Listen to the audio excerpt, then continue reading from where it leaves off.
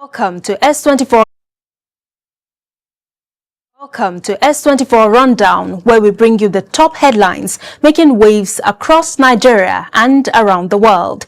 I am Gloria Atta. Stay with us.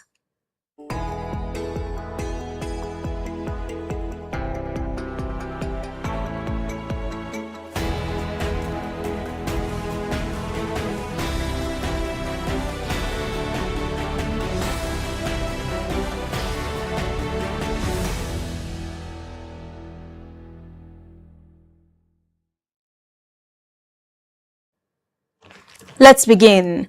The federal government has condemned the repeated xenophobic attacks targeting Nigerians and other African nationals in South Africa, calling on the South African authorities to take immediate and decisive action to halt the violence. The condemnation came as President Bola Tinubu declined to personally receive a special envoy sent by South African President Cyril Ramaphosa. Instead, Tinubu directed the delegation led by South Africa's Minister of International Relations and Cooperation, Ronald Lamola, to hold discussions with the Minister of State for Foreign Affairs, Shola Enikan-Laye, who is expected to brief the president on the outcome of the meeting. Presidency sources disclosed that the South African delegation arrived in Abuja on Friday to deliver a message from President Ramaphosa. However, amid rising diplomatic tensions over the recent attacks on Nigerians in South Africa, Tinubu chose not to grant the delegation an audience. Meanwhile, the House of Representatives Ad Hoc Committee investigating the controversial Presidential Foreign Investment Promotion Council is facing growing calls to invite the President's Chief of Staff, Femi Gbajabiamila, over alleged links to the fake agency. The committee has directed the Inspector General of Police, Olatunji Disu, to produce the alleged promoter of the non-existent council, Adeniyi Adeyemi, before lawmakers on Wednesday. During Monday's hearing, police confirmed investigating Adeyemi over allegations that he used forged State House documents to seek office accommodation, recruit staff, and secure budgetary allocations for the agency. Committee Chairman Yusuf Gagdi said Adeyemi's appearance is necessary to clarify the allegations, while the Accountant General of the Federation told lawmakers that no public funds were released to the purported council. Now, the death of 25-year-old University of Jos graduate Ibrahim Mbaya has sparked nationwide outrage and renewed calls to end jungle justice. Mbaya allegedly died after he was attacked by a mob over accusations of stealing an iPhone 12 in Jos, Plateau State. Police say he was brought unconscious to the Jos University Teaching Hospital on July 26, where he was confirmed dead on arrival. 3 suspects have been arrested, while efforts are ongoing to apprehend others. The National Association of Nigerian Students has condemned the killing and called for a thorough investigation, while urging authorities to ensure those responsible are prosecuted. Mbaya, popularly known as IB, was remembered as a young baker, model, and aspiring fashion entrepreneur. Days before his death, he was named among the top 30 finalists in the Mr. and Miss Glam Nigeria pageant. And may his soul rest in peace. And in education, former Senate President Ahmed Lawan has sponsored 1,178 out-of-school children back to the classroom under an education intervention program in Nguru local government area of Yobe State. The initiative, known as the Second Chance Education Development Initiative, targets vulnerable children across Yobe North Senatorial District. Beneficiaries from 17 secondary schools will have their education fully funded, including school fees, uniforms, textbooks, school bags, and sandals. The intervention comes amid growing concern over the high number of out-of-school children in northern Nigeria, driven by poverty, insecurity, and limited access to education.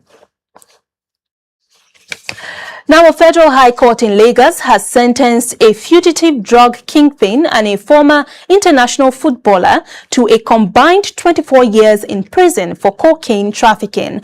The National Drug Law Enforcement Agency says convicted drug trafficker Ntoroka Emmanuel Chinedu, who jumped bail in 2015, was rearrested nearly 10 years later at the Murtala Muhammad International Airport while attempting to smuggle 800 grams of cocaine into Nigeria. Investigators also arrested his accomplice, former footballer Segun George Hunkarin, who was waiting to receive the drugs at the airport. Justice Musa Kakaki sentenced Chinedu to 22 years imprisonment, while Hunkarin received a 2-year jail term. NDLEA Chairman Brigadier General Mohammed Buba Marwa, retired, commended the court's judgment, saying it demonstrates that no drug trafficker can escape justice, no matter how long they evade arrest. Now turning to the international scene, the United States Department of Defense says 624 American service members have been wounded since military operations against Iran began earlier this year. According to updated Pentagon figures, 417 injuries were recorded under Operation Epic Fury, while another 207 were placed under a newly created category known as Overseas Operations. The latest update comes despite a ceasefire agreement earlier this year, as tensions between Washington and Tehran continue to threaten regional stability. Now moving on to business news with Hadiza Galadima. Hello Hadiza, what's the latest in the world of business today? Hi Gloria, as usual, nothing short than the latest happening in the economic landscape. Welcome to your business update. Nigeria's FX market breaks new ground. The federal government eyes a solar manufacturing boost. Ghana receives fresh IMF funding, while oil prices head lower. These are today's business headlines. Now, let's get into the details. Nigeria's foreign exchange market has recorded a major milestone with weekly turnover exceeding $4 billion for the first time in 2026. The development reflects stronger market liquidity and increased trading activity as authorities continue reforms aimed at improving transparency and boosting investor confidence in the foreign exchange market. Also in Nigeria, the federal government has unveiled plans to expand the country's renewable energy industry by targeting 3.7 gigawatts of local solar panel manufacturing capacity by 2027. The initiative is expected to reduce dependency on imported solar equipment, strengthen domestic manufacturing, create jobs, and accelerate access to clean energy nationwide. Across West Africa, the International Monetary Fund has completed the 6th and final review of Ghana's $3 billion extended credit facility program, unlocking a final disbursement of $371 million. The IMF says Ghana has made significant progress in restoring microeconomic stability, reducing inflation, rebuilding a foreign reserve, and improving debt sustainability. The country will now transition to improving debt sustainability. The country will now transition to a non-financing policy coordination program to sustain its economic reforms. And lastly, in the global markets, energy prices have come under pressure as Brent crude slipped below $88 per barrel. The decline followed reports of renewed diplomatic talks between the United States and Iran, raising expectation of increased global crude supply and a weighing on international oil prices. That's it on your business updates. I am Hadiza Galadima. Up next is our newspaper review segment after the break.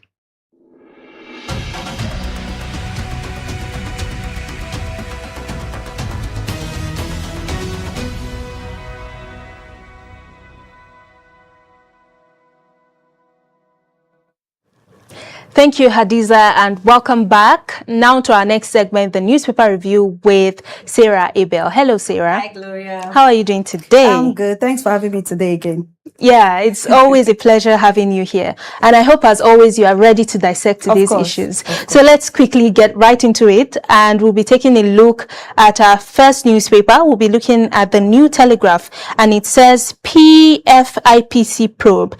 Reps direct IGP to produce fake DG in 48 hours.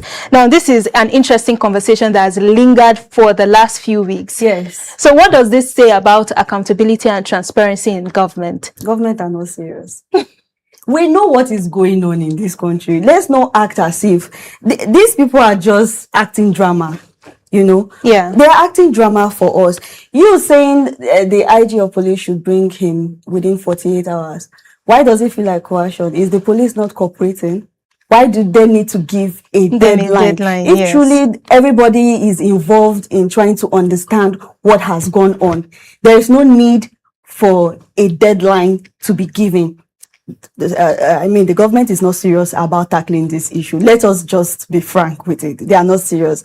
To my own understanding, reading all these things, it just feels like they're just trying to store over and over to say, but at the end of the day, mark my words, you will see that nothing will come out from all of this. You know, because it's very appalling, and it's just surprising to find out that a fraud could get to this level, yes, and a lot of agencies are claiming that they were not involved or not aware of, everything that happened. It is very insulting to the intelligence of Nigeria, the way government is handling this thing. Yeah. Why is it only him that is being investigated, who has been suspended? Let's not forget, last year, August 2025, this same agency was given a recruitment waiver, right, by the head of civil service to recruit 300 personnel. There are so many agencies that are involved in this. Who else is being suspended or under investigation? Nobody. Is this a one-man thing? This kind of scandal cannot be operated with one person. It's not possible.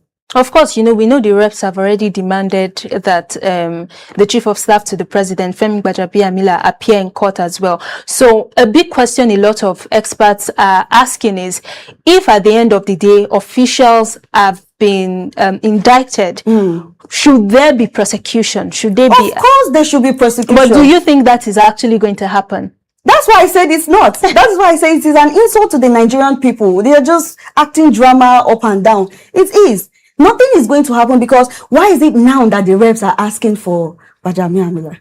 Why? This is something that the next day this news came out, he should have been called. This is a huge scandal. We're talking about an agency that ran for more than a year and collected budgetary funds. Yes, come on, and had personnel.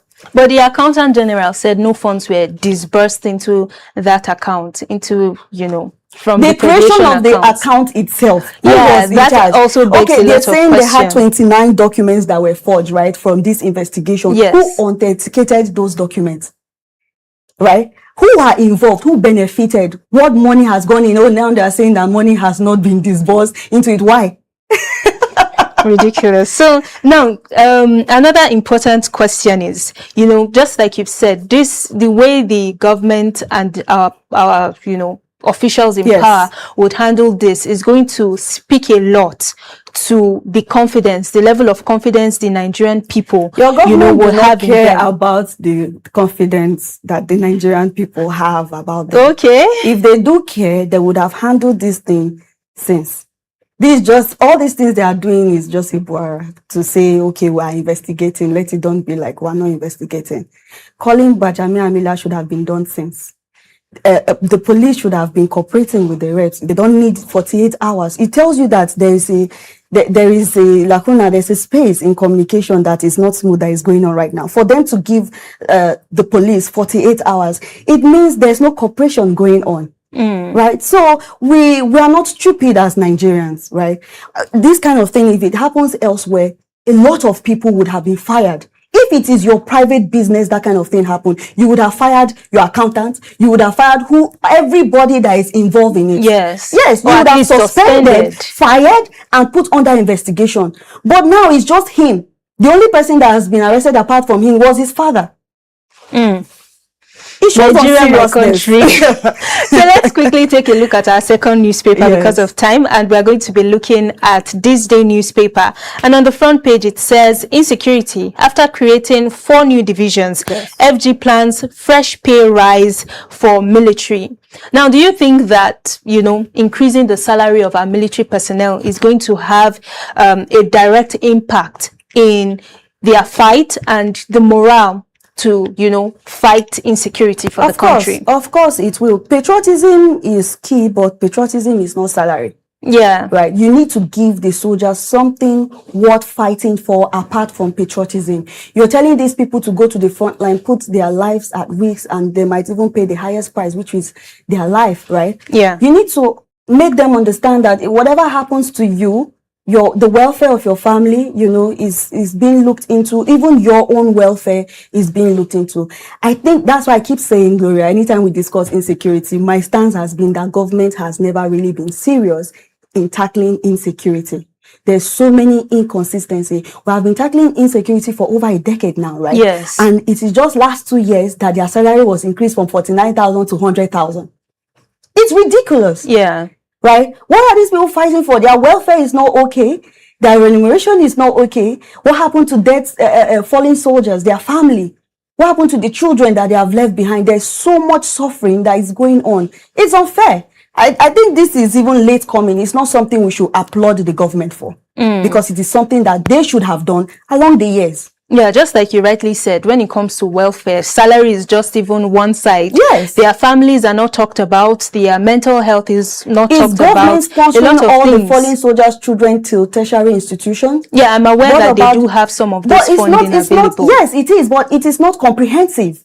Even March 2026, presidency did a new agency, a new fund, welfare fund for fallen soldiers and their family. But we have still not seen details that goes on into that fund. We have not seen how much are you spending. There's an issue of accountability with government.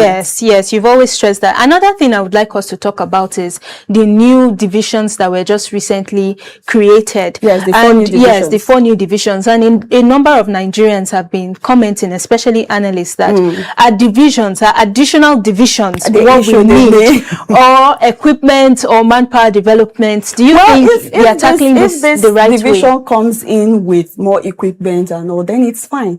I understand the sentiment behind creating new divisions because you want quicker response. You want, and this comes with interplay of employing. They want to employ about 28,000 new military personnel. Yeah, it's good. That is why they need to increase the pay, because along the years you've seen that we have low recruitment in the army. Why should we convince our youth to put down their life for a nation when they are seeing our politicians squandering money? The same we are still talking about an agency that was created. Look at the amount of money that is being called. We're talking billions here that somebody allegedly woke up and created. And then you are telling a soldier to go and put their life on the line for 100,000 naira. Even cleaners these days. Even cleaners, how much do we pay? Do you understand? So it's better for they will look at it, and then you have tech. Tech is booming. Our youth are going into it, doing remote creation, content so many things. Why should they die for a nation that does not want to understand the value that they are putting in? These are very, very important questions. So the last question I would like us to talk about is also the welfare for the paramilitary, because a lot of times when we're talking about the fight against insecurity, we just focus on the military. So do you also, what would you advise? Should this be something that goes round across board so that there would be that general motivation? Anybody that is contributing in the fight of insecurity deserves their reward. They deserve to know that, okay, government values their service. That's why I keep saying that the government have not shown total seriousness in tackling insecurity. In big 2026, we're talking about, let's increase the salary from 100,000. And then we're talking about welfare. Shouldn't it be this thing that should have been in place right from the beginning of when we're fighting insecurity for over a decade, and it's 2026, we're having this conversation? Yeah. It shows on seriousness. You go to government, you see the way these politicians are living large. You know, you see corruption, deep rots everywhere. Yeah. And then the main thing where we need to fight for our nation, You are not even giving them the remuneration they deserve. Be it military or paramilitary, they deserve good remuneration. They deserve welfare.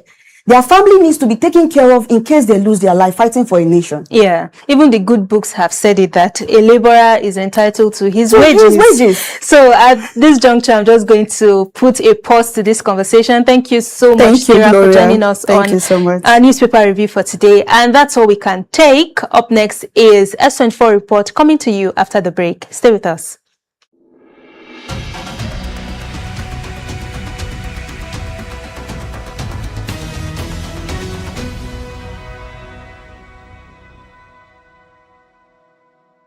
Technology, innovation, and entrepreneurship took center stage in Abuja as stakeholders converge for the Flourish High Africa Tech Conference 2026, themed tech-driven, powering ideas, impact, and income.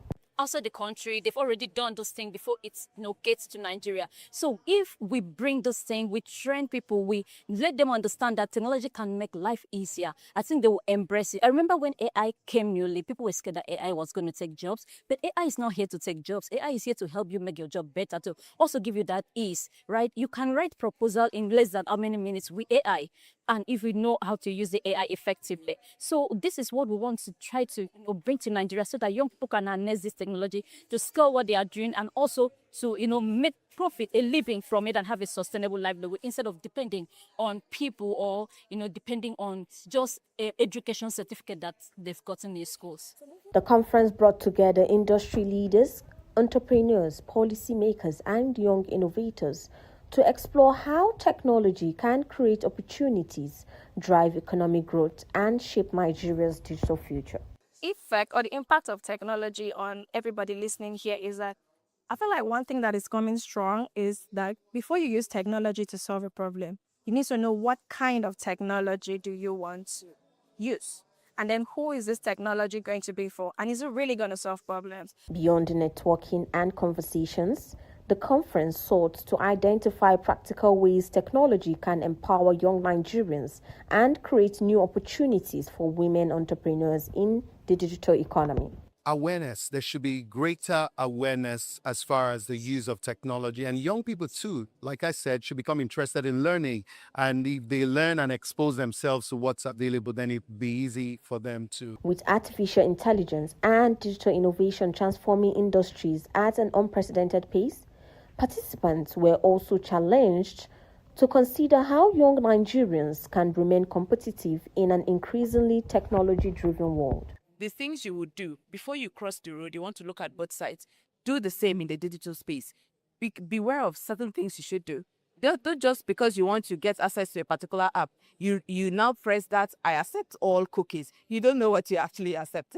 So as an individual, we have a part to play. Governments too, they have a part to play. And I must also commend the NDPC. They're really trying. I mean, you look at the innovation and everything, look at some of the measurements they've given out through certain providers like Meta and everything. You realize that they're actually doing their work. So in Nigeria, they're actually taking cybersecurity very seriously. Data protection, they are doing so well, and I must commend them. The message from the conference was clear.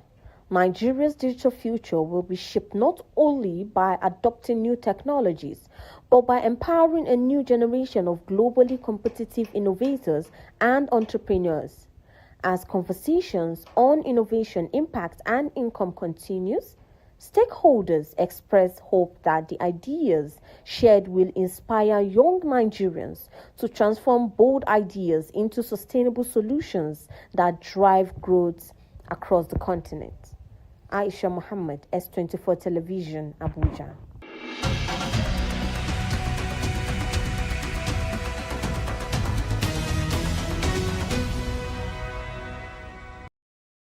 Welcome to Political Arena here on S24 Television. Nigeria has one of the youngest population in the world, and young people are becoming active in politics, leadership, and nation building.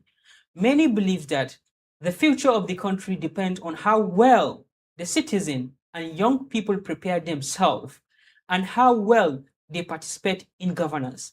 Today on Political Arena, we will discuss the role of young leaders and how can they ensure and shape the Nigerian narrative ahead of 2027, the challenges they face, and what are the possible opportunities for them. Our guest this afternoon is Engineer Idris Bilal Bala, convener of May Youth Hub, who has been working with young people across Nigeria through leadership, government, and empowerment. Engineer Bilal, welcome to Political Arena here on S24 Television. Thank you very much for having me. I'm super excited to be here. And it's a pleasure having you in the studio. Same here. So, Engineer, if I may ask, please can you introduce yourself and tell us about May Youth Hub in a nutshell, please? Okay. My name is Engineer Idris Bilal Bala, and I'm the convener and founder of May Youth Hub. So the grassroots mobilizer for independent youth of Nigeria. I'm a youth development practitioner, also a leadership advocate, working tirelessly on the quest for the birth of our great nation. Thank you, Bilal. Bilal, if I may ask you, what inspired you to start working with young people, especially in this critical moment? Okay, so for me personally, working with young people has always been far back since when I was young. So the journey working with young people didn't just start today. Since time immemorial. Yes, since when I was young, I've always been that person. Even in my family, I have elder ones. I've always been that person that always wants things to be right. So for me, it has always been when I grew up, and I've always wanted things to go right. So part of what we've been doing over time is that we'll be looking at key issues that youth have been facing and how can we be of practical solutions to it. So in your opinion as a Nigerian, what role should young leaders play in Nigeria's political future? Young leaders have a very vital role to play in our nations today, because I believe a lot of youth today has lost interest when it comes to the political space. Why do you say that? Why I say so is because a lot of youths today believe that the political space is just basically for our elder ones. Or for looting. Or for basically looting as well. Yeah. And most of them think, okay, it's for our elder ones, and even if I participate, there are other ways I could get money where I could participate in maybe the whole content creation and the whole other aspect. So not everybody wants to get invested. But young people like you are actually breaking the silence. As I can see from your emblem, you graduated from Ahmadu Bello University, Zaria. Sure. We know how things are, especially with the student union government when it comes to do their own election. Can't you see, like, nowadays people are trying to stand on the mandate, and at least they wanted to participate? Yeah, I believe I'm with you on that, because a lot of youths believe that a lot of things has gone sideways. So and the only way to win is when you are within the system. And for me personally, where you could see, I'm a graduate from Ahmadu Bello University, and this is the home of struggle. So when I mean struggle, is a home where a lot of youths or a lot of students are being molded when it comes to the whole leadership space. And for me, when I got into the university, I was so amazed because I met a lot of like-minded people who are already walking the path. So right here is a comrade sitting down here with me. Very much well. Aluta continue. And Victoria Center. What are the biggest challenges preventing young people from participating in politics, apart from the political apathy that you mentioned? Okay, so a lot of people are not participating in the political space because they believe that, like I said earlier on, they believe that a lot of the youths need a lot of things to do. So if I could hand on my hands on maybe the entertainment space, a lot of youth want fast money. Creation. So they believe that political space are for the older generations. So it's just for people that knows that, okay, it's not just all about the older generation. We believe that, okay, there are a lot of things that could be done. And if we don't come into the space and change that narrative, we can't actually progress. Okay, so how can young people prepare themselves for leadership instead of just criticizing leaders? You know, with the presence of social media, nowadays young people who just come online abuse the hell out of leaders. Yeah, a lot of youth. I think they should get a good mentors when they want to get into this, because what mentors do for you is that they would shape you, mold you into becoming a better version of yourself. And so, what do you think? Like, what skills do young people need to succeed in politics and public service? Mentorship guide. It all boils down to mentorship guide, because if you don't have a good mentorship, you won't actually do well, because a lot of youths, they believe they know it all. And there isn't. So how can experienced politicians support and mentor young people? You made mention of mentorship. Is it by giving them a chance? Is it by appointing them as just special advisors, personal assistants? It goes beyond, and that is where we are getting it wrong in Nigeria. They believe it's just all about appointments. It is not just all about appointment. You can appoint somebody and you might not necessarily do the right thing. So what I think they should interfere with, they should have a one-on-one conversation, more like a community-based forum development, where you could interfere with them, interact and relate with them, have a synergy before you could even start talking about appointment and the likes. So, Bilal, do you think that like social media have helped young people to becoming more politically aware? Yes, it does. Not what just aspect? not just political alone. I think in every aspect, because the more social media, it has making a lot of people exposed to a lot of things. So let's take, for example, now we are much aware of what just happened, where the whole that was going around about the 210 trillion naira. For the Gen X, if there's no social media, many of us will not even know. So now many youths right now want to go into that because they believe that, okay, if I'm there are a lot of money flying on. So I think social media has played a lot of vital roles to political engagement. So what advice do you have for young Nigerians who want to contest elections? Be very, very optimistic. Be very optimistic. Be faithful. Be faithful. And believe in yourself and believe in God. Well, what is my youth hub doing to develop the next generation set of leaders across Nigeria, not only northern Nigeria? Thank you very much for asking me this question, because I think this is a very, very important question. My youth hub is not just, from the name, it's not just a Nigerian thing. We are building one of Africa's largest youth development community. And what we're trying to do is, we understood that a lot of youth today, one of our greatest problems is unemployment. And as part of my youth hub, our cardinal principle is to see that we reduce the level of unemployment. And we're not just doing that by mouth verbally. We're looking at all that sustainable plan, of which we have an app which is ongoing, where if the app is fully launched, I believe a lot of youths would have access to employment opportunities. Well, looking ahead of the future election in Nigeria, what change would you like to see? The change I would like to see is I want to see a lot of youth participation, because when you take a look at the registered voters according to INEC, you will see just 40% of youths have collected their voters card. We have a population of over 200 million plus, and when you take a look at that population, 70% of it are youth, and just 40% of that population are youths have collected their voters card. So I would like to see a lot of youth participation and engaging in the whole political So atmosphere. looking at the country now, in the next 6 to 7 months, Nigerians are going back to elect their own leaders. What type of leaders Nigerians should go for? And if miraculously APC continue to rule Nigeria, and what are your calls to the president? If APC rule Nigeria, maybe they win in our forthcoming election, mine will just be for them to understand that there are a lot of hardship going on in Nigeria. We can't dispute that. And in as much as we know, Nigeria is a country with a lot of tribal and religious belief. So I would like the president to look key into youth development, because a lot of youth today are very, very critical. They are very, very creative when it comes to innovations, a lot of ideas, technology, and innovations. Because when you take a look at not just Nigeria alone, anywhere you go around the world, a lot of Nigerian youth, because they have so much to pass on, but because they are not having that platform, they are trying to leave the country. So Bilal, before we draw the curtain of the show, finally, what message would you like to leave with Nigerians youth who believe they can make a difference? Okay, first, I want you to believe in yourself, believe in God. There is no limit to what you cannot achieve. The limit you reach is the limit you set for yourself. Be good, be kind, and be generous, and also wish good for the country. Our current state in our nation is not our final destination, but I believe if I could do it under my youth hub, I believe each and every one of you with ideas, put up your ideas together, and I believe we could all do it collectively. Thank you. Bilal, you sound very, very optimistic. And I also pray Nigeria will see the light of the day. Amen. And may God continue to bless the Federal Republic of Nigeria. Amen.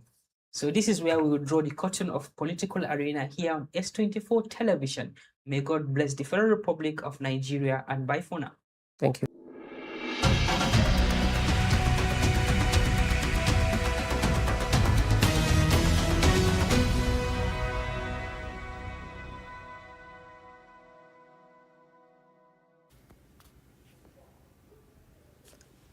In the heart of Abidjan's growing digital economy, a new generation of women is reshaping Côte d'Ivoire's technology sector, building networks, creating opportunities, and pushing for greater representation in an industry once dominated by men. J'avais le sentiment que je devais être sur le terrain. I felt that I needed to be on ground in order to have a greater impact. So as soon as I had an opportunity to come to Côte d'Ivoire, I took it. In my mind, I told myself, if it works out, great. If it doesn't, it's not a problem. We start again. Je teste. Si ça marche, ça marche. Si ça ne marche pas, ça ne marche pas et on recommence.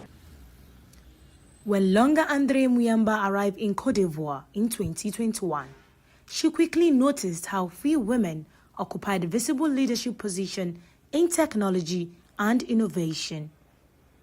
En Côte d'Ivoire en 2021. I arrived in Cote d'Ivoire in 2021, and at that time, there were not many representation of women in the ecosystem. The visible decision makers were mostly men. So little by little, we brought together women who felt isolated or lacked access to peers in their field. We connected, inspired each other, organized events, and became a community. Plein d'événements et on est devenu une communauté. Driven by that mindset, Muyamba launched Abidjanese in Tech, a growing community bringing together women working in technology, entrepreneurship, and innovation. What began as a simple networking effort has evolved into a platform for mentorship, collaboration, and professional support. Across Africa, technology is becoming essential for businesses hoping to remain competitive, and many women entrepreneurs say access to digital skills is no longer optional. The integration of technology into African businesses today is inevitable, and the sooner we realize it, the better. Initiatives like those led by Andre through Abidjanese in Tech are an invaluable growth lever for women and entrepreneurship in Côte d'Ivoire. The conversation around women and technology is also expanding into emerging fields like artificial intelligence and digital automation. At Abidjan's International Exhibition of Artificial Intelligence, Defense and Space, known as SIADE, innovators explored how new technologies can help scale women-led initiatives across the continent. Women have always tried things that worked, and with technology, we can strengthen what they already have. If we want to amplify their initiatives, we need digital tools and artificial intelligence, but it must be coordinated, and women must remain at the center.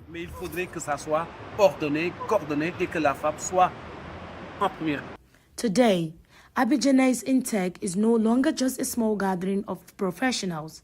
It has become a structured community focused on visibility, mentorship, and creating space for women within Côte d'Ivoire's expanding digital economy.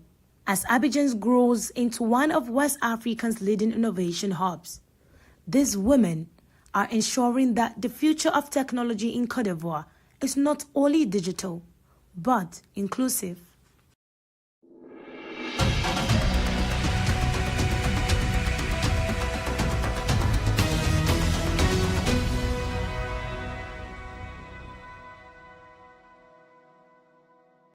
Hello and welcome to Security Update.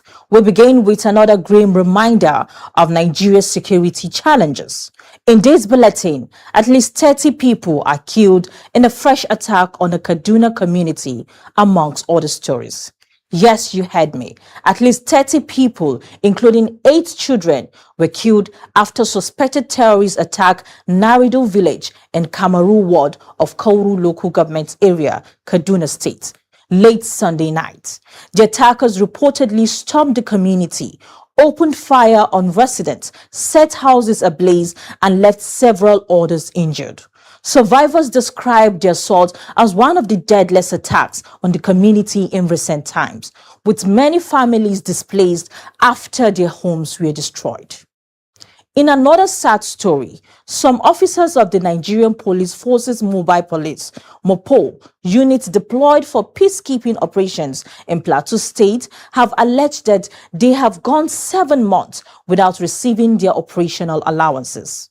The officers accused some senior police officials of withholding or diverting funds meant for personnel on deployment, saying the prolonged non-payment has caused severe financial hardship and affected their welfare. They called on the Inspector General of Police and relevant authorities to investigate the allegations and ensure their standing allowances are paid promptly. Finally, gunmen have adopted 3 students of the Federal University of Lafia from an off-campus hostel in Lafia, Nasarawa State, prompting a swift rescue operation by security agencies. The Nasarawa State Police Command said the attackers invaded Living Seed Lodge, located in a bushy area on the outskirts of the students' residential community, at about 9:20 p.m. before whisking the students away. Following a distress call from the university's chief security officer, tactical teams were deployed, leading to the rescue of one of the victims, while efforts continue to secure the release of the remaining 2 students. Police spokesperson SP Rahman Nasil said the Commissioner of Police, Shetima Ajoro Mohammed, has directed all operational and intelligence units to intensify the search and rescue mission and ensure the kidnappers are apprehended. These stories shows the complex security realities facing the country, from attacks on vulnerable communities to concerns over the welfare of the security personnel and the continued threat of kidnapping. As authorities respond, many Nigerians will be looking for concrete actions that improve safety, strengthen accountability, and restore public confidence. Thank you for watching.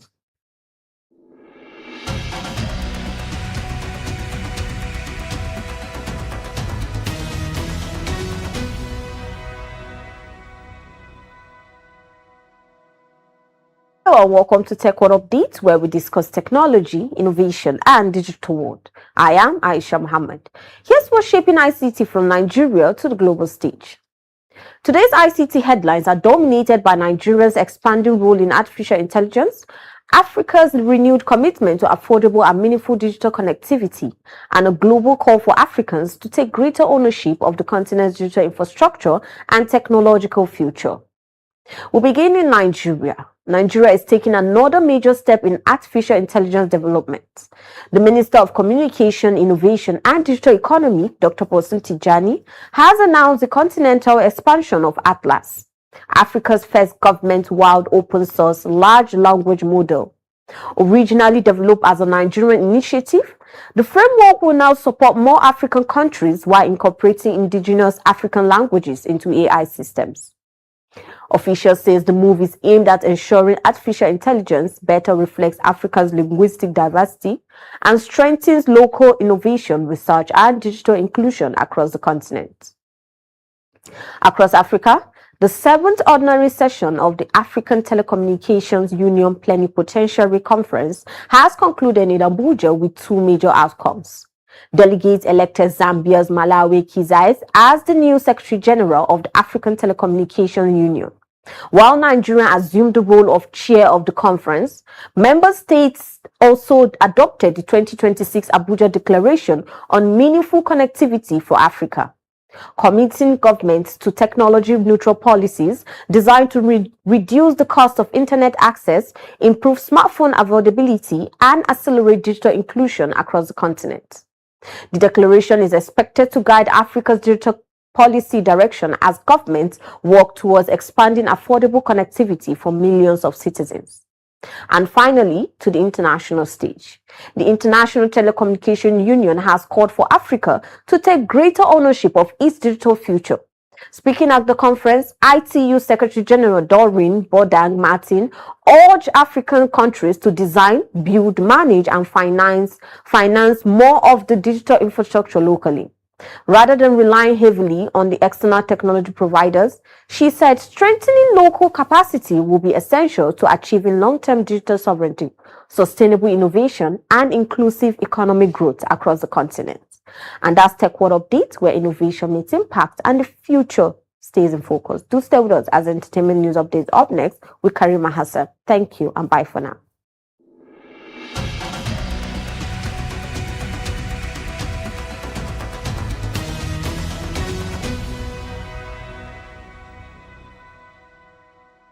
Hello and welcome to your entertainment update on S24 Rundown. Here's what's making waves in entertainment today. We begin with Aresta, who is making another big move in her career. The first teaser for the highly anticipated movie, Children of Blood and Bone, has finally been released, giving fans the first look at Aresta's Hollywood acting debut. The movie is based on the best-selling novel by Nigerian-American author Tomi Adeyemi. It tells the story of a young girl on a mission to bring magic back to her kingdom. Aresta only appears briefly in the teaser, but fans are already excited to see her on the big screen. The movie also stars Viola Davis, Idris Elba, Cynthia Erivo, and Damson Idris. Children of Blood and Bone is expected to hit cinemas in January 2027. From Hollywood to a story getting people talking on social media.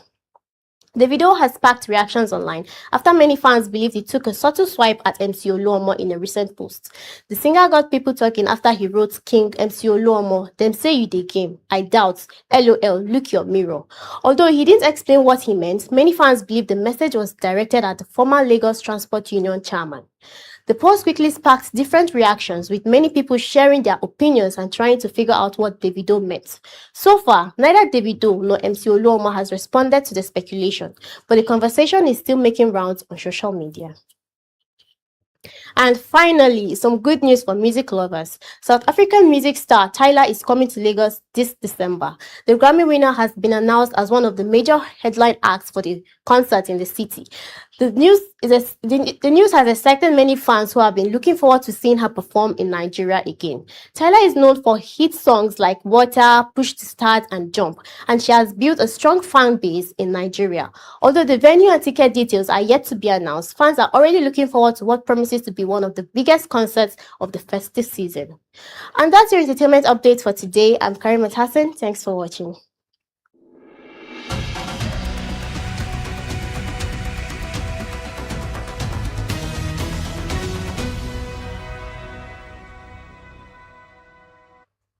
It's another day, and the world of sport has delivered another set of major moments. From a Nigerian striker beginning a new chapter in Europe to record-breaking performances in Glasgow and crucial football action across Africa, today's headlines have plenty to offer. Welcome to Sports Updates on S24 Rundown. I am Udokan Godspa. We begin in European football, where Super Eagles striker Tolu Arokodare has completed his loan move to Dutch giants Ajax. The forward joins the Eredivisie club after an impressive spell with Wolves in the English Premier League, a run that attracted attention from clubs across Europe. For Arokodare, the move represents another opportunity to test himself at the highest level, while Ajax will be hoping his goals can help strengthen their squad for the new campaign. And from the transfer markets, we head over to the Commonwealth Games, where Team Nigeria continues to make headlines. Rafiatu Folashade Lawal delivered a record-breaking performance to win gold in the women's 58-kilogram weightlifting event. Lawal dominated the competition, setting a new Commonwealth Games record with a combined lift of 229 kilograms. Her victory came after Edidiong Joseph Umofia and Omolala Didi secured gold medals earlier in the day. The impressive result has taken Team Nigeria's medal tally to 6 gold and 4 silver medals, with more opportunities still ahead as the games continue in Glasgow. Meanwhile, on the football pitch, Nigeria's Flying Eagles have made a winning start at the WAFU B Under-20 Championship.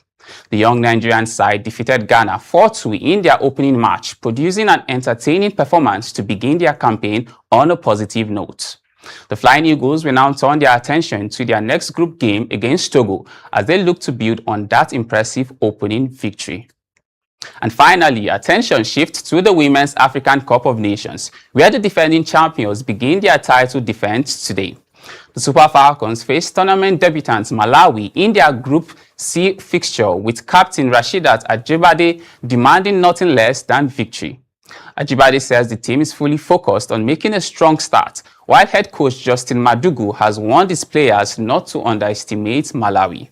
The Scorchers are appearing at the tournament for the first time after an impressive qualifying campaign, but Nigeria will be entering the contest with confidence after winning a record-extending 10th WAFCON title last year. And that's a wrap on today's sports updates. From new opportunities in Europe to historical moments in Glasgow and major football contests across Africa, the world of sport continues to provide plenty of excitement. I am Udokan Godspower. Do hold your horses as Shukra brings PG News your way.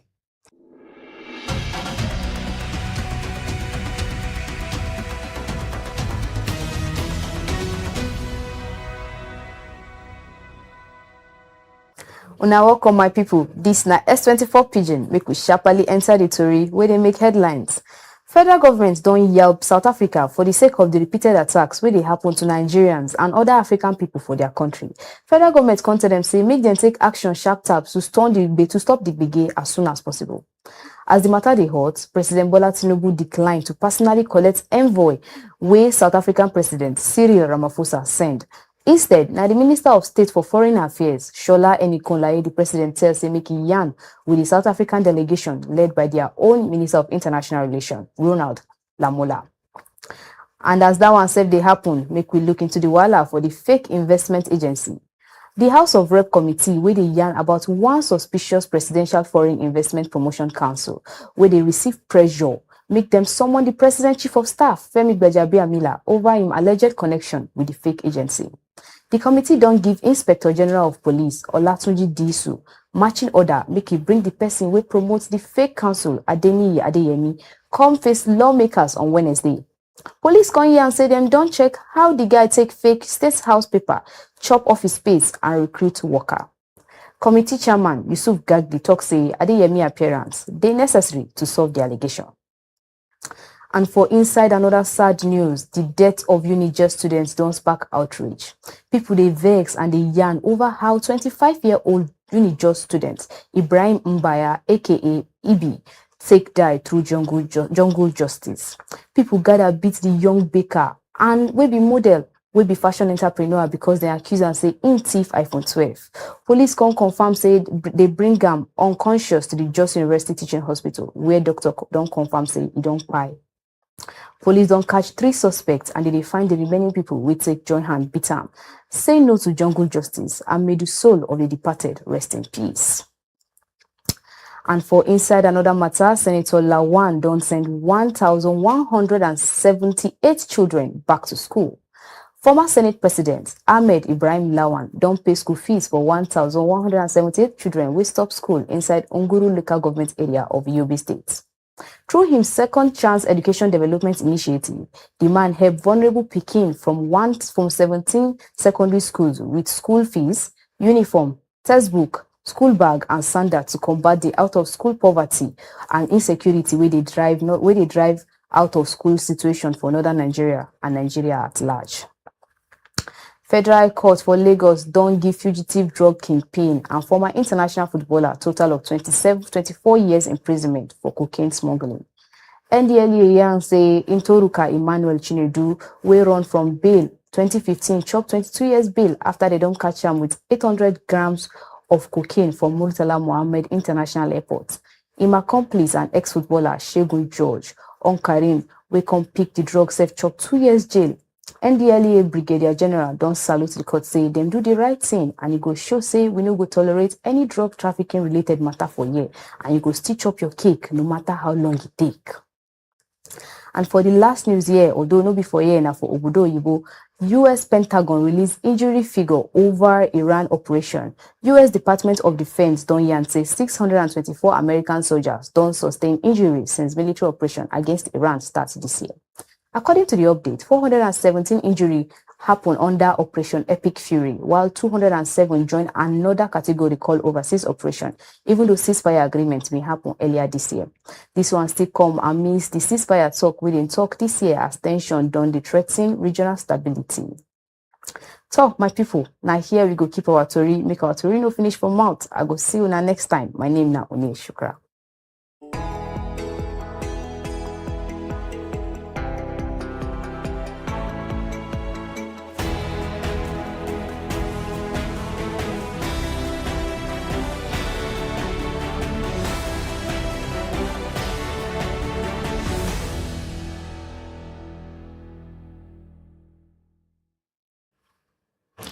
Thank you, Shukra, for the pidgin version of the news. And this brings us to the end of S24 Rundown. Do join us tomorrow, same time. And remember to follow us on all our social media platforms at S24 Television for more updates and breaking stories. My name is Gloria Atta. Thanks for watching and bye for now.